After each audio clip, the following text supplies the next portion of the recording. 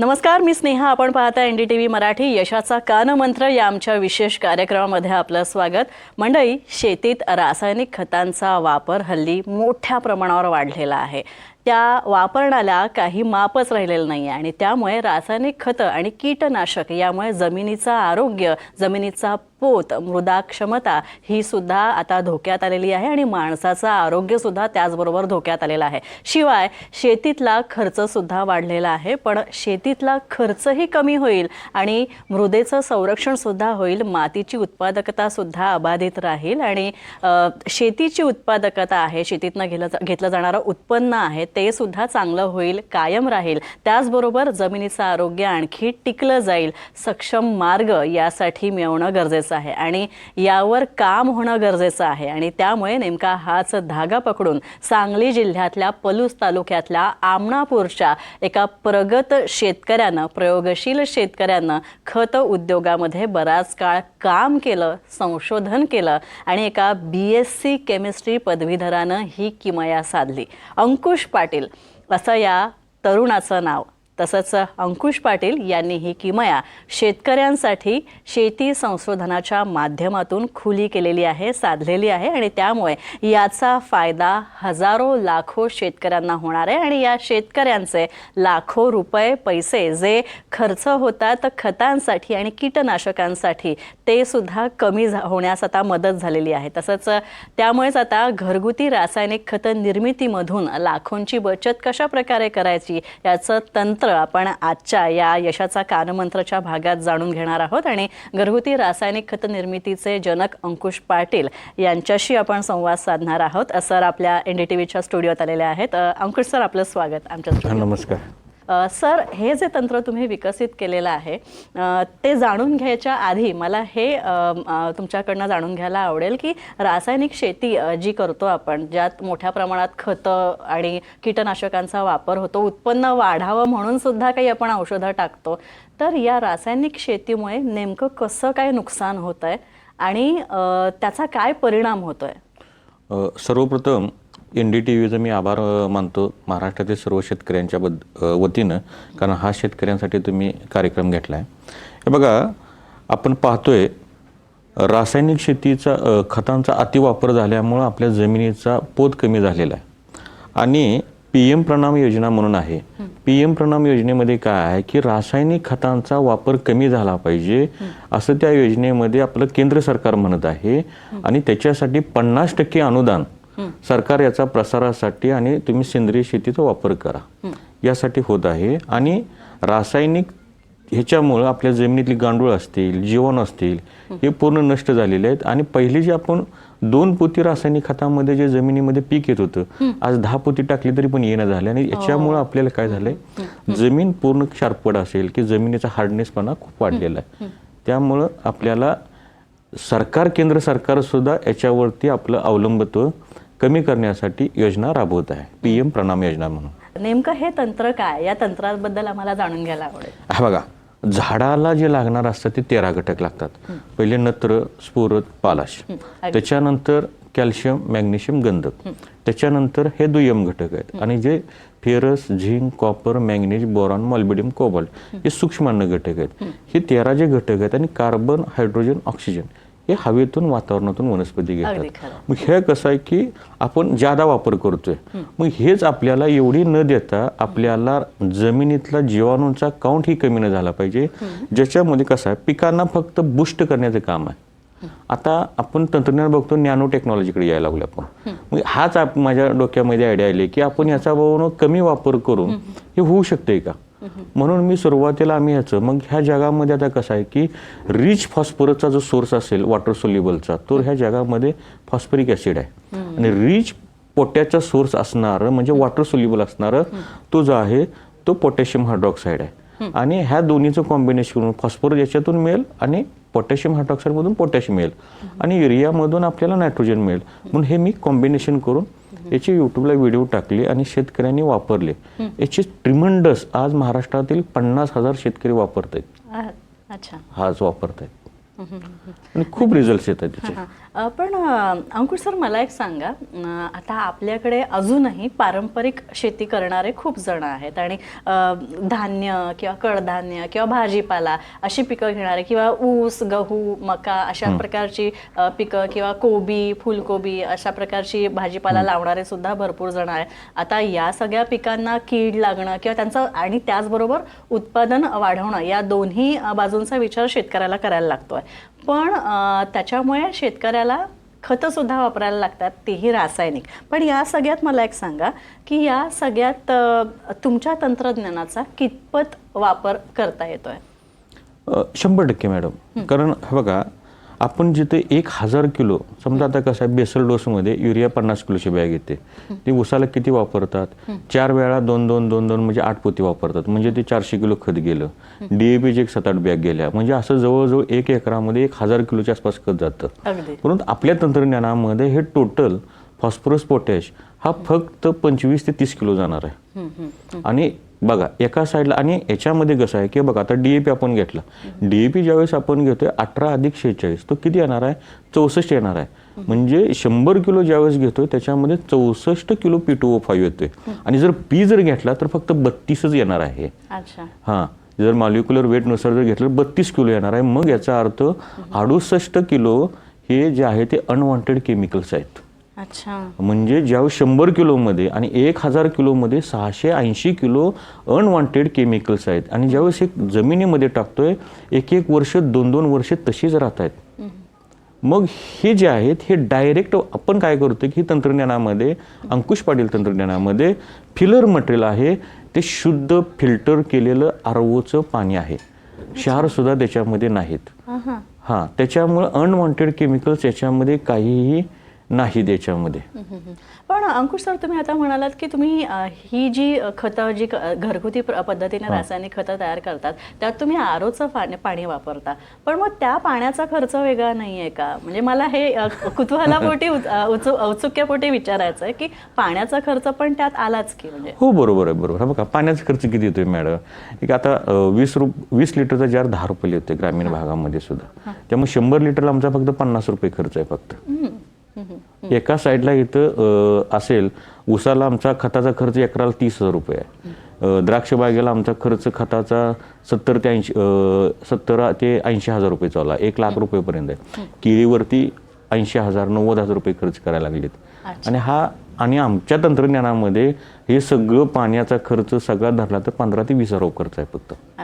फळांच्या शेतीवर समजा आपण अंकुश सरांच्या तंत्रज्ञानाचा वापर केला तर त्यात काही म्हणजे असा काही प्रयोग केलाय का की तुम्ही ज्या पद्धतीनं खतं तयार केली होती, रासायनिक खतं, त्याचा वापर आपण फळाच्या शेतीवर करून बघितलाय का आणि त्याचा काय परिणाम झाला? हे बघा, अंकुश पाटील ॲग्रो या यूट्यूब चॅनलवरती सक्सेस स्टोरी तुम्हाला 40-50 स्टोरी आहेत. आजनाळे गाव जे आहे, द्राक्ष पंढरी आहे, हे डाळिंब पंढरी म्हणून जे गाव ओळखलं जातं, तिथं डाळिंबावरती चालू आहेत, खूप लोकांनी वापरत आहेत. पेरूचा सरासरी जे आहे तर 2 बहार घेतात, परंतु आमच्या विजय पवार म्हणून शेतकरी 3 बहार घेतलीत. म्हणजे याच्यामध्ये काय केलं आहे की आम्ही जे न्यूट्रिशन वापरले जातात, अपटेक फास्ट होतात, बूस्ट करण्याचं काम होतं. आणि कोणत्याही घटकांची, जे आता मी तुम्हाला असं सांगितलंय की मी असं एक द्रावण सांगितलेलं नाही की एक द्रावण केलं, एक ड्रममध्ये काढून ते सर्व न्यूट्रिशन पुरतत होते, असं काही सांगितलेलं. मी आता तुम्हाला जे फोड केले ना, NPK, दुय्यम घटक, हे सगळं वेगळं वेगळं आम्ही करून देतोय. आणि तेही सायंटिफिकली सांगतोय आम्ही. Molecular weight, molecular molar mass, याच्यावर टक्केवारी, आणि जे मायक्रोन्युट्रिएंटचा जे फॉर्म्युलेशन्स आहे तो आम्ही शासनाच्या टक्केवारीनुसार आम्ही सांगतोय. आणि त्याची जी किंमत आहे ती फार आम्ही कमी केलेली आहे. आणखी एक सर की शेतकऱ्यांनी घरगुती पद्धतीनं रासायनिक खतांच्या निर्मितीकडे वळलं पाहिजे, तर बऱ्याचदा हा पण प्रश्न निर्माण होतो की अरे शेवटी रासायनिक खतं निर्मिती ही आलीच, त्याच्यामुळे पुन्हा तो एक धोका असतो की त्याचा जमिनीला किंवा मातीचा पोत त्याने खराब होणार की नाही, किंवा तुम्ही काय सांगाल की शेतकऱ्यांनी या घरगुती रासायनिक खत निर्मितीकडे का वळलं पाहिजे आणि याचा अर्थकारणावर शेतीचा कसा परिणाम होईल? हे बघा, आता जर बघितलं आपण महाराष्ट्र सरकारकडे आज बघतोय आपण कर्जमाफीची सगळेजण आंदोलन चालू आहेत. हां, तर आता विषय असा आहे की शेतकऱ्याच्या तोट्यात गेला, तो काय गेला की तो आशेपोटी मला फायदा होईल जो जुगारच खेळायला लागला तर एक प्रकारचा आपण तो म्हणू नये, परंतु एक प्रकारचा तो त्या पद्धतीत चालू आहे त्याचा. कारण मला पुढल्या वर्षी मिळेल, मला पुढल्या वर्षी अशा येईल, यावरून तो काय करायला आणि मला हा दर मिळेल, ज्यादा दर मिळेल, आणि तो आशेपोटी करायला. आणि तो ज्यावेळेस मार्केट कोसळतं आणि त्या ज्यादा दराच्या हिशोबाने त्यानं खर्च केलेला असतो. आम्ही काय सांगतोय की तुम्ही सगळ्यात वर्षातील सगळ्यात कमी दर तुम्हाला मिळाला तरी सुद्धा तुम्ही सगळं कॅल्क्युलेशन मारल्यानंतर तुम्ही तोट्यात गेला नाही पाहिजे. आणि आपण शेतकऱ्यांना अकाउंटिंग शिकणं फार गरजेचं आहे. आणि हा शेतकरी फक्त कष्ट करतोय आणि हा भावनिक होऊन कष्ट करतोय आणि तो जो आहे त्याला हिशेब आणि त्याला समजावून सांगणं. आणि तुम्ही जो मॅडम प्रश्न केला की जमिनीचा आरोग्याचा किंवा त्याचा रासायनिक शेतीचा जो विषय, 3 जून 2025ला मागल्या 3 जूनला M2 लॅबो म्हणून जपानची कंपनी आहे आणि पुण्याचं कृषी आयुक्त जे आहे, पुण्याच्या कृषी आयुक्तालयामध्ये मीटिंग झाली M2 लॅबो कंपनीची 3 वाजता दुपारी. आणि त्यांनी सांगितलं की तुमची जमीन जी खराब झालेली आहे, हार्ड झालेली आहे, की ज्यावेळेस तुम्ही बेड मारल्यानंतर एखादी पार तुम्ही जोरात मारल्यानंतर 4 फूट खाली गेली पाहिजे, त्यावेळेस तुमची जमीन सुपीक आहे असं समजता येईल. हा, असं समजता येईल. मी म्हणत नाही, पुणे कृषी आयुक्तालयामध्ये तुम्ही म्हणजे असं त्यांनी निरीक्षण होतं. निरीक्षण होतं. याच्यासाठी काय करायला पाहिजे, याच्यासाठी त्यांनी सांगितलं की याच्यासाठी 100 लिटरपासून जवळजवळ 1,500 लिटरपर्यंत अमिनो ॲसिड तुमच्या ह्या जमिनीमध्ये वापरायला पाहिजे. अच्छा. हा, मग हे सर्व सांगितले त्यांनी. आपल्या पण सगळ्या जेवढे काही अधिकारी वर्ग आहे, सायंटिस्ट टीम आहे गव्हर्नमेंटचे, तिने सगळं ऐकले, तिने सांगितले. पण अमिनो ॲसिड कसं तयार करायचं हे सांगितलेलं नाही, जगात कुणी सांगितलेलं. म्हणजे आपल्याला एकच माहितीये की जाऊन बाजारातनं विकत आणा आणि ती बाटली शेतात वापरा. आणि त्याची किंमत 1,000 रुपये लिटर आहे मॅडम. अगदी अगदी 1,000 रुपये लिटर आहे. मग मला सांगा, त्या 400 लिटर जर वापरायचं म्हटलं तर त्याला 4 लाख रुपये लागतील. परंतु तेच अमिनो ॲसिड आपण घरच्या घरी 20 मिनिटांमध्ये करू शकतो, फक्त 40 रुपये लिटरमध्ये. सायंटिफिकली याला तोड नाही. आणि हे वापरल्यानंतर अमिनो ॲसिड्स हे आम्ही सुद्धा बघितलेत, व्हिडिओज आहेत आमचे किंवा शेतकऱ्यांचे. आज तुम्हाला 10 ते 20 हजार शेतकरी येतात, ज्यावेळेस 50 लिटर ते 100 लिटर गेल्यानंतर जमिनीमध्ये ऑटोमॅटिक गांडूळ आलेले आहेत.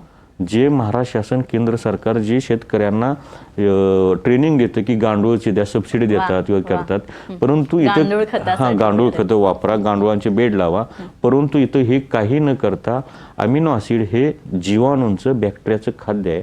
आणि अमिनो ॲसिडचा वापर झाल्यानंतर हे ऑटोमॅटिक गांडूळ वरती येतात त्याला खाण्यासाठी.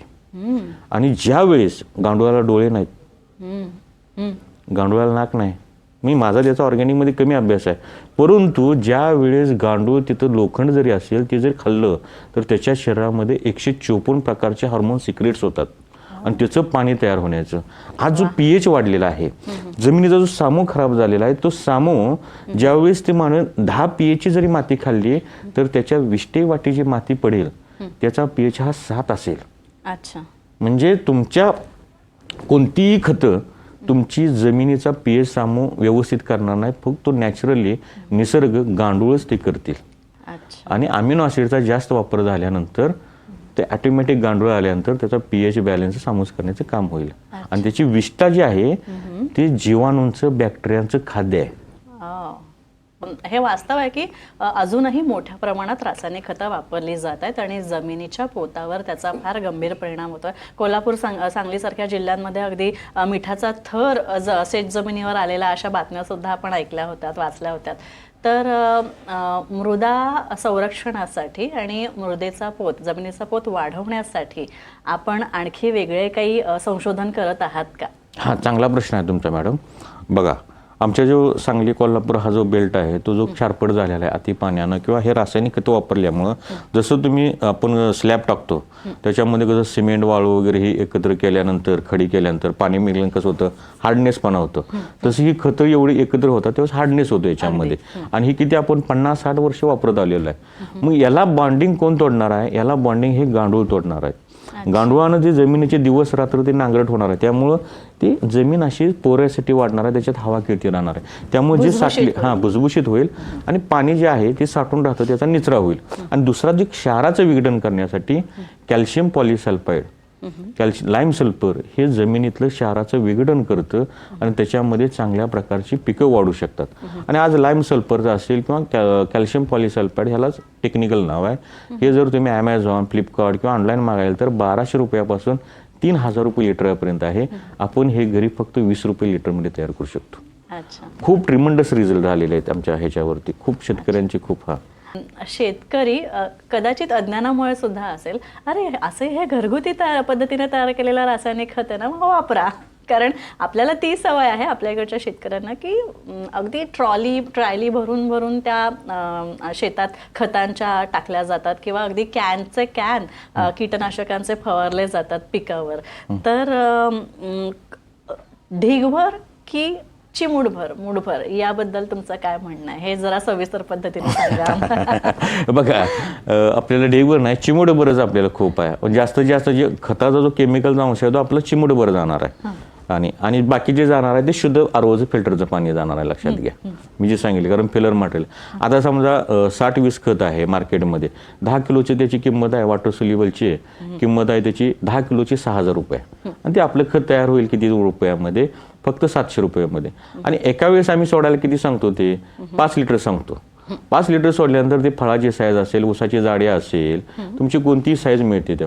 मग त्या 5 लिटरमध्ये आपला फॉस्फरस किती जाणार आहे? फॉस्फरिक ॲसिड 1 किलो जाणार आहे. पोटॅशियम हायड्रॉक्साईड किती जाणार आहे? फक्त अर्धा किलो जाणार आहे. आणि तो प्लेन जाणार नाही, दोन्हीचं बॉन्डिंग होऊन रिॲक्शन होऊन जाणार आहे, ते डायल्युशन होऊन जाणार आहे. मग 1 किलो फॉस्फरिक ॲसिडमधून फक्त 270 ग्रॅम फॉस्फरस मिळणार आहे. मग एका पेरूची बाग असेल किंवा केळीची झाडं असेल तर ती किती झाडं असणार आहेत? 1 एकरामध्ये 1000 झाडं असणार आहेत. 1000 झाडांना फक्त 270 ग्रॅम जाणार आहे. म्हणजे 4 झाडात 1 ग्रॅम जाणार आहे. म्हणजे तो नॅनो बेसमध्ये जातो. एका ग्रॅमची सुद्धा विभागणी होणार आहे. आणि त्याचा पीएच हा 2 ते 3 असणार आहे वॉटर सोल्युबल खतांचा. आपण एकराचा हिशोब करायचा ठरलं तर अंकुश पाटील फॉर्म्युला जर आपण वापरलाय तर मग एकरी हिशोब करायचा झाला तर शेतकऱ्यांना साधारण कसा फायदा होईल? कारण मला एकराचं गणित तुमच्याकडनं समजून घ्यायचं, म्हणजे त्याच्यावरनं आपल्याला कल्पना करता येईल की आणखी जर मोठ्या प्रमाणात मोठ्या जमिनीच्या पट्ट्यावर याचा वापर केला गेला शेतीत तर मग आणखी किती पैसे वाचू शकतील आणि किती फायदा होऊ शकेल? बघा, नॅचरल शुगर फॅक्टरी आहे, तिथं आमची कार्यशाळा झाली. 2 ते 3,000 शेतकरी होतात. मग तिथं आता तंत्रज्ञान हे वापराय साखर कारखान्यामार्फत ठोंबरे सर जे आहेत त्यांच्या मार्फत त्यांनी कारखान्याने प्रोडक्शन चालू केले आणि वापरायला सुरुवात केली आहे. तर ऊसाचा जो खर्च 25-30 हजार रुपये एकरचा होता प्रति एकर, तो आता 6 ते 6,500 हजारावर आलेला आहे. म्हणजे 75% बचत झालेली आहे. अच्छा.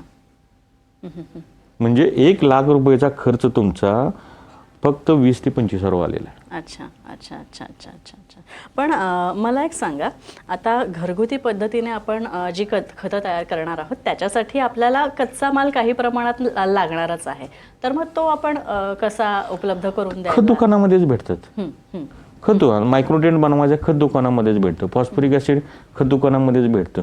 फक्त कसं आहे बघा, वांग्याचीच भाजी आहे, मी साधं शेतकऱ्यांना समजण्यासाठी सांगतो. वांग्याचीच भाजी आहे. मग काय केलं, आमच्या मंडळीनं मसाले वांग केलं, काही एखाद्या स्त्रीने काय केलं की आमटी केली, कोणी भरीत केलं. त्या प्रकारे कसं आहे की तेच खतं घ्यायचे आहेत आणि त्याला नॅनो टेक्नॉलॉजी बेसमध्ये कसं बनवायचं हे सिक्रेट आणि त्याची प्रोसेस जी आहे ती बनवण्याची मेथड आहे.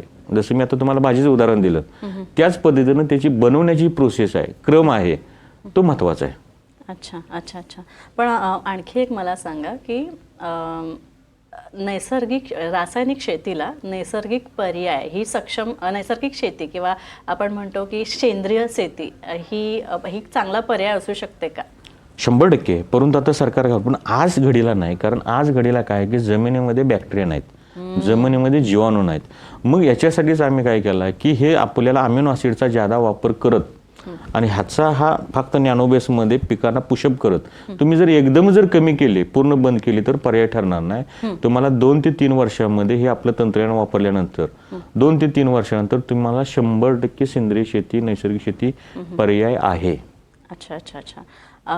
याचाच वापर करून आपण सरकारला सुद्धा काय आवाहन कराल किंवा काही कृषी विद्यापीठं आहेत किंवा कृषी संशोधन केंद्र आहेत यांना सुद्धा तुम्ही काय आवाहन कराल?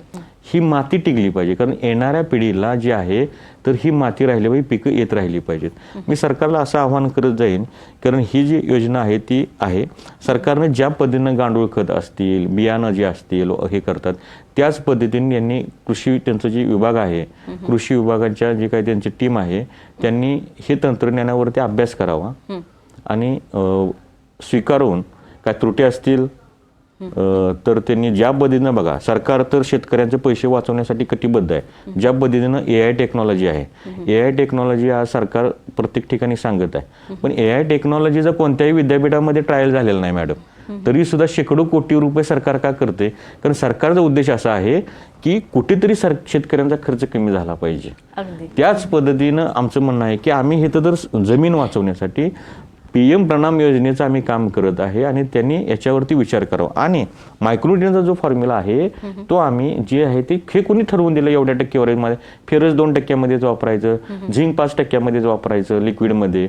तर तेच ग्रेड आम्ही शासनानं जे दिलेले आहे ते ग्रेड फक्त तंत्रज्ञान तुम्ही जे वापरा म्हणून सांगताय ते कसं बनवायचं आहे सिक्रेट सुद्धा आमच्या शेतकऱ्यांना कळावं, जेणेकरून शेतकरी हा राजा होऊन जाईल, स्वावलंबी होऊन जाईल. नक्कीच. तर आणखी एक जाता जाता शेतकऱ्यांना शेवटचा संदेश अगदी थोडक्यात काय द्याल? शेतकऱ्यांना संदेश असा आहे की तुम्ही पहिल्यांदा आपल्याला माती ही केली पाहिजे, माती जगली पाहिजे. आपण ही शेती करतोय, आपण आपल्या मुलाबाळांसाठी करतोय. ही माती टिकली तरच आपली पुढची पिढी टिकणार आहे. म्हणून तुम्ही रासायनिक खतांचा वापर कमी करा आणि जास्तीत जास्त ही जी काय आपण तंत्रज्ञान विकसित केलं याचा वापर करा. अमिनो ॲसिडचा वापर करा, ह्युमिकचा वापर करा. हा तुम्ही जास्तीत जास्त वापर करा. नक्कीच. अंकुश सर, खरं तर तुम्ही जो फॉर्म्युला वापरून जी रासायनिक खतं तयार करतात आणि तीही अगदी कमी पैशात आणि सगळ्यात महत्त्वाचं म्हणजे क्वांटिटीवर जास्त भर आहे तुमचा, म्हणजे अगदी कमी जेवढं गरज आहे तेवढंच वापरायची आणि हे तंत्रज्ञान नक्कीच हजारोंना फायदेशीर ठरतं. आणि तुम्हाला जर सुद्धा तुमच्या शेती करण्याच्या तंत्रात बदल करायचा असेल आणि अंकुश सरांकडनं मार्गदर्शन घ्यायचं असेल तर तुम्ही नक्कीच अंकुश सरांशी संपर्क साधू शकता आणि त्यासाठीचे सगळे संपर्काचे क्रमांक आहेत ते तुम्हाला आम्ही आमच्या NDTVच्या स्क्रीनवर दाखवतोय. या सगळ्या संपर्क क्रमांकांची नोंद करून घ्या आणि यावर कॉल करून नक्कीच अंकुश सरांना तुम्ही बोलवू शकता. सर नक्कीच तुम्हाला मार्गदर्शन करतील. अंकुश सर, पुन्हा एकदा आभार तुमचे. धन्यवाद. यानंतर यशाचा कानमंत्रमध्ये आपण इथेच थांबतोय. पाहत रहा NDTV मराठी. नमस्कार.